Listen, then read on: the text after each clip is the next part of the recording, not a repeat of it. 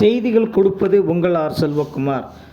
ஜனாதிபதியிடம் நரேந்திர மோடி சந்திப்பில் தேசிய ஜனநாயக கூட்டணி கட்சிகளின் ஆதரவு கடிதங்கள் அளித்த மோடி 3வது முறையாக ஆட்சி அமைக்க உரிமை கோரி ஜூன் 9ஆம் தேதி மாலை 6 மணி அளவில் பிரதமர் நரேந்திர மோடி அமைச்சர்களுக்கு ஜனாதிபதி பதவி பிரமாணம் செய்து வைப்பார். உங்கள் புதிய சேனல் 7S மேக்ஸ் நியூஸ் செய்திகள்.